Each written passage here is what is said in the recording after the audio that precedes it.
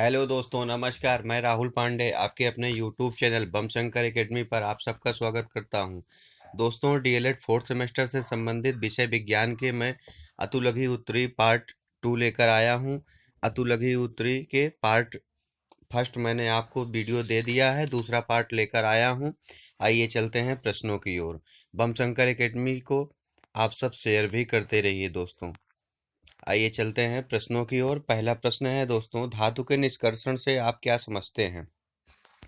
दोस्तों, अयस्कों में से अशुद्धियों को अलग करके धातु को प्राप्त करना व उसका शुद्धिकरण धातु का निष्कर्षण कहलाता है।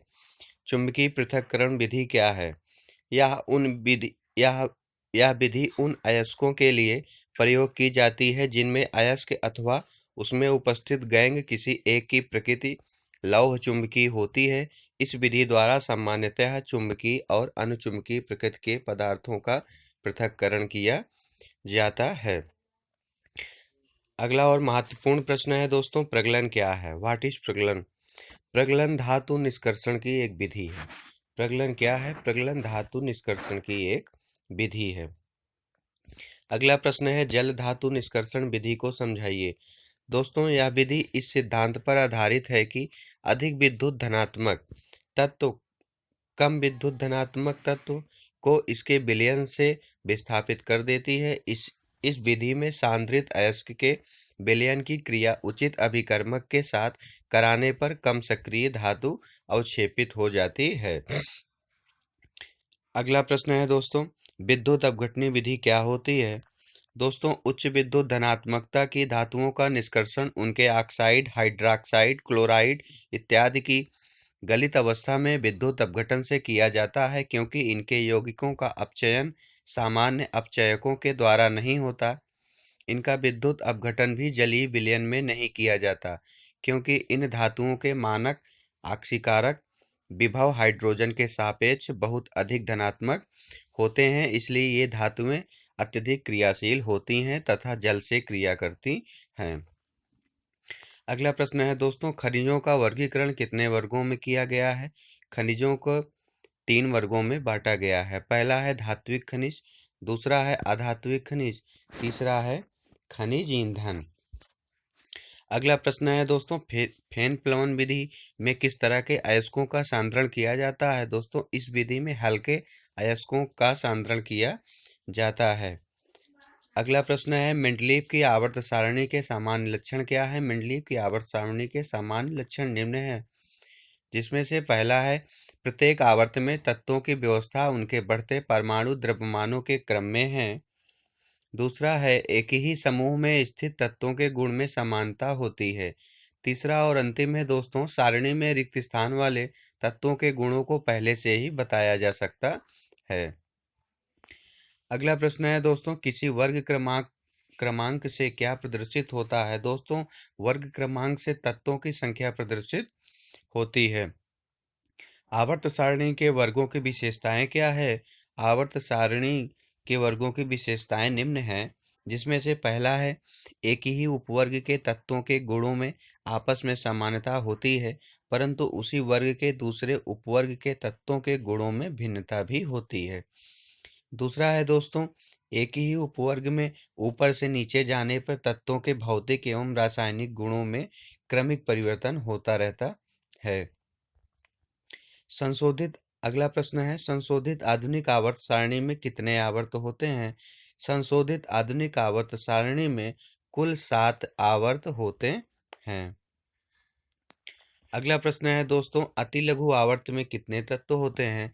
दोस्तों, अति लघु आवर्त में 2 तत्व होते हैं। और दीर्घ आवर्त में कितने तत्व होते हैं? इसके चौथे एवं पांचवें आवर्त में 18-18 तत्व होते हैं। मेंडलीव की आवर्त सारणी के कोई 2 लाभ बताइए। मेंडलीव की आवर्त सारणी के लाभ, सही परमाणु भार ज्ञात करने में सहायक होता है, और दूसरा है, नए तत्वों की खोज तथा अनुसंधान में सहायक होता है।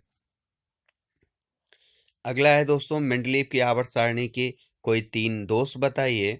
मेंडलीव आवर्त सारणी के 3 दोष निम्न हैं। पहला है, असामान्य तत्वों को एक साथ रखना। दूसरा है, सामान्य तत्वों को अलग अलग रखना। तीसरा है, दुर्लभ मृदा तत्वों को स्थान। देना। अगला प्रश्न है, धातु तथा धातु का आशय स्पष्ट कीजिए। दोस्तों, कम विद्युत ऋणात्मकता वाले तत्व धातु कहलाते हैं। कम विद्युत ऋणात्मकता वाले तत्व धातु कहलाते हैं। अधातु को हम अधिक विद्युत ऋणात्मकता वाले तत्व अधातु कहलाते हैं। इंपॉर्टेंट प्रश्न है, इसको याद रखिएगा। मेंडलीव की आवर्त सारणी में संशोधन किस वैज्ञानिक ने किया? मेंडलीव की आवर्त सारणी में संशोधन मोसले वैज्ञानिक ने किया। सरल धारा किसे कहते हैं? दोस्तों, एक स्थायी धारा जो केवल एक ही दिशा में प्रवाहित होती है उसे सरल धारा डायरेक्ट करंट कहते हैं, जैसे सेल बैटरी से प्राप्त विद्युत धारा। विद्युत धारा के स्रोत बताइए। विद्युत धारा के स्रोत निम्न हैं: जनरेटर, सेल, इन्वर्टर आदि।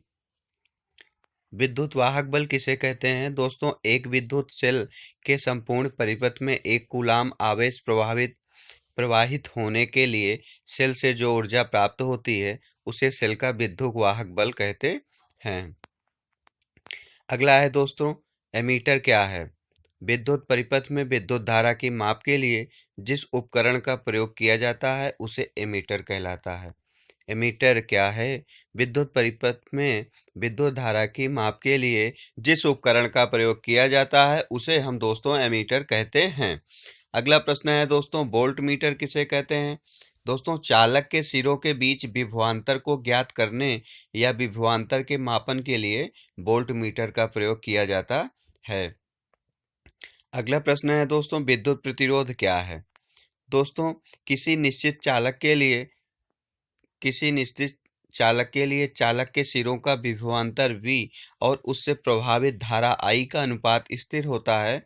इस अनुपात VI को चालक का विद्युत प्रतिरोध R कहते हैं। इसका फार्मूला होता है दोस्तों, प्रतिरोध R, विभवांतर V वोल्ट में, धारा I एम्पियर में होती है। प्रतिरोध का मात्रक ओम होता है, इसको जरूर याद रखिएगा। प्रतिरोध का मात्रक ओम होता है। सूत्र होता है R बराबर B/I। फ्यूज किसे कहते हैं? दोस्तों, उपकरणों को खराब होने से बचाने के लिए प्रत्येक विद्युत परिपथ में एक छोटे कम गलनांक वाले मिश्र धातु के तार के टुकड़ों का प्रयोग किया जाता है या विद्युत रोधी आधार के कटआउट में लगाया जाता है। इस छोटे से तार को फ्यूज कहते हैं। चुंबक के ध्रुवों को एक दूसरे से अलग नहीं किया जा सकता, कारण बताइए। इसके निम्न कारण हैं। पहला है दोस्तों, चुंबक में सदैव पाया जाता है। दूसरा है, चुंबक में अकेला स्वतंत्र ध्रुव का होना संभव नहीं है। तीसरा है, किसी चुंबक में दो उत्तरी व दो दक्षिणी ध्रुव नहीं हो सकते। चुंबक में सदैव उत्तर व दक्षिणी पाए जाते हैं। अगला प्रश्न है दोस्तों, विद्युत चुंबक के उपयोग बताइए। विद्युत चुंबक के उपयोग निम्न है। पहला है, टेलीग्राम एवं टेलीफोन यंत्रों में उपयोग होता है। दूसरा है, विद्युत मोटर जिसका उपयोग पंखा एवं कपड़ा धोने की मशीन में होता है। तीसरा है, विद्युत घंटी या लाउड स्पीकर में। चौथा है, कारखानों में भारी स्टील के टुकड़ों को इधर से उधर ले जाने में किया जाता है। अगला है, दो आवेशित वस्तुओं में कब आकर्षण और कब प्रतिकर्षण होता है, स्पष्ट कीजिए।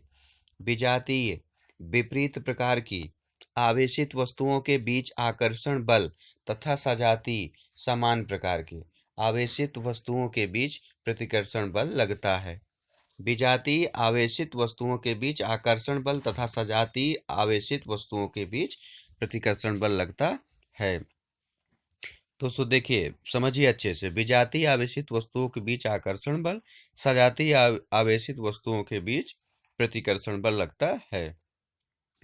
अगला है दोस्तों, आवेश का मात्रक क्या है? एकांक आवेश किसे कहते हैं? दोस्तों, आवेश का मात्रक कूलाम होता है। यदि समान परिमाण के दो सजातीय आवेश वायु या निर्वात में एक दूसरे से 1 सेंटीमीटर की दूरी स्थित होने पर परस्पर 1 न्यूटन का प्रतिकर्षण बल आरोपित करें तो प्रत्येक आवेश एकांक आवेश कहलाता है। अगला है दोस्तों, विद्युत धारा किसे कहते हैं? विद्युत धारा का मात्रक क्या है? दोस्तों, महत्वपूर्ण प्रश्न ये भी है, आवेश के प्रवाह की दर को विद्युत धारा कहते हैं।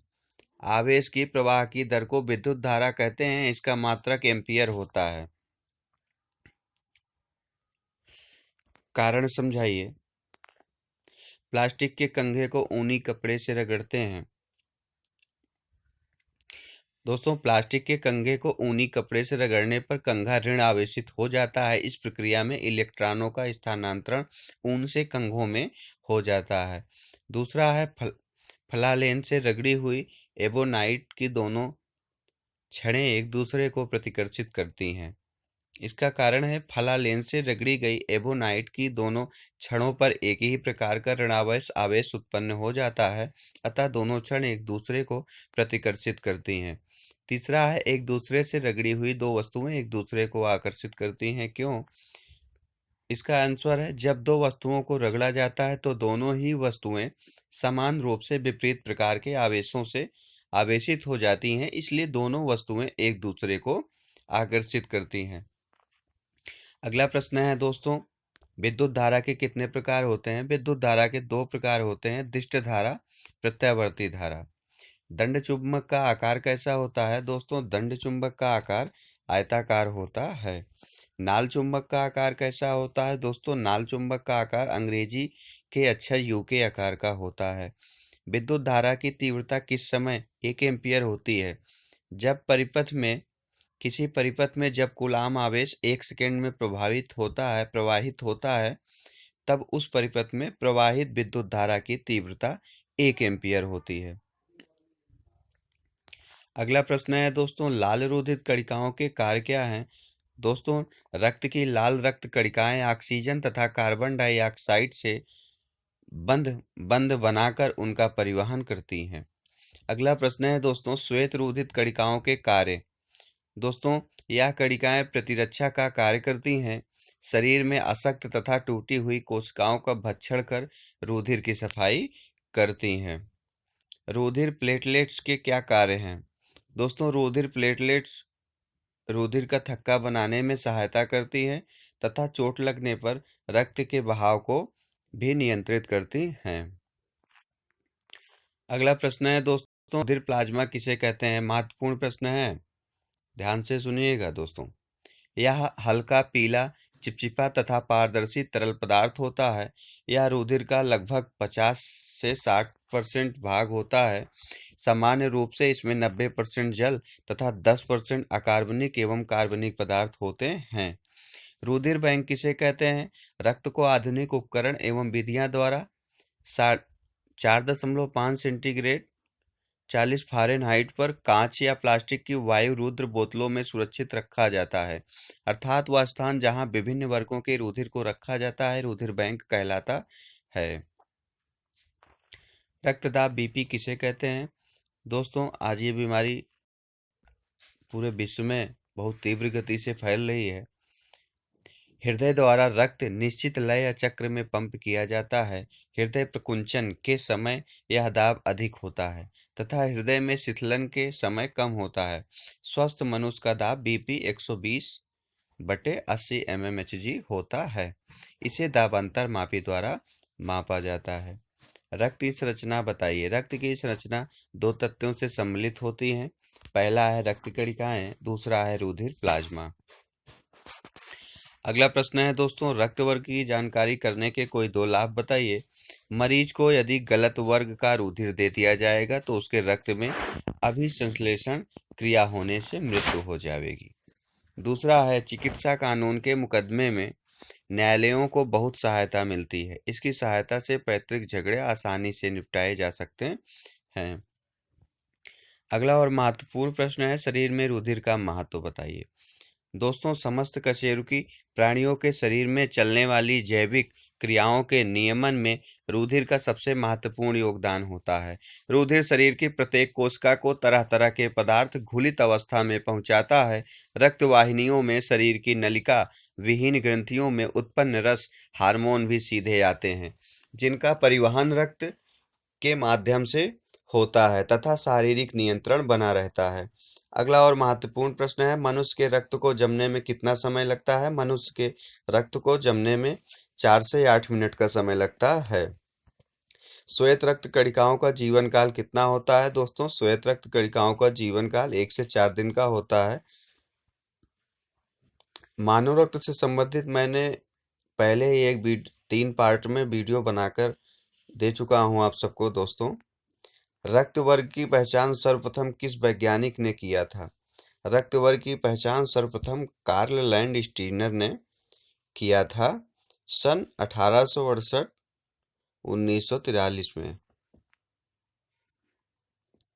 मानव रक्त से संबंधित 3 पार्ट में मैंने 3 वीडियो पहले ही दिया है आप सबको दोस्तों। उस वीडियो को अगर आप देखते हैं तो आपको मानव रक्त से संबंधित आगामी किसी भी प्रतियोगी परीक्षाओं से संबंधित महत्वपूर्ण प्रश्न उसमें आपको मिल जाएंगे, जो आगामी प्रतियोगी परीक्षा में आने में 100% चांसेस हैं।